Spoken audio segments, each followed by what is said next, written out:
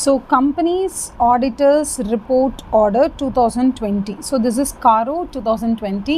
CARO வந்து யாருக்கெல்லாம் applicable அப்படின்னு பார்த்தீங்கன்னா this company's auditors report order. This is applicable to every company.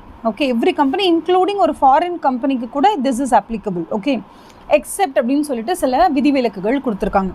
அதில் யாருன்னு பார்த்தீங்கன்னா you have this banking companies, insurance companies, அதுக்கப்புறம் செக்ஷன் 8 கம்பெனிஸ் இருக்காங்கல்ல, நிதி கம்பெனிஸ் அந்த மாதிரி section 8 companies, and then 1% company, அதுக்கப்புறம் ப்ரைவேட் கம்பெனியில் ஒரு சிலது மட்டும் கொடுத்துருக்காங்க. ஸோ ப்ரைவேட் கம்பெனினா எல்லா ப்ரைவேட் கம்பெனியுமே வந்து எக்ஸப்ஷனலாக யாருமே யூஸ் பண்ண வேண்டாமா, காரோ யாருமே ரிப்போர்ட்டிங்கே வேண்டாமா இந்த ப்ரைவேட் கம்பெனிஸ்க்கு அப்படின்னு கேட்டால் இல்லை.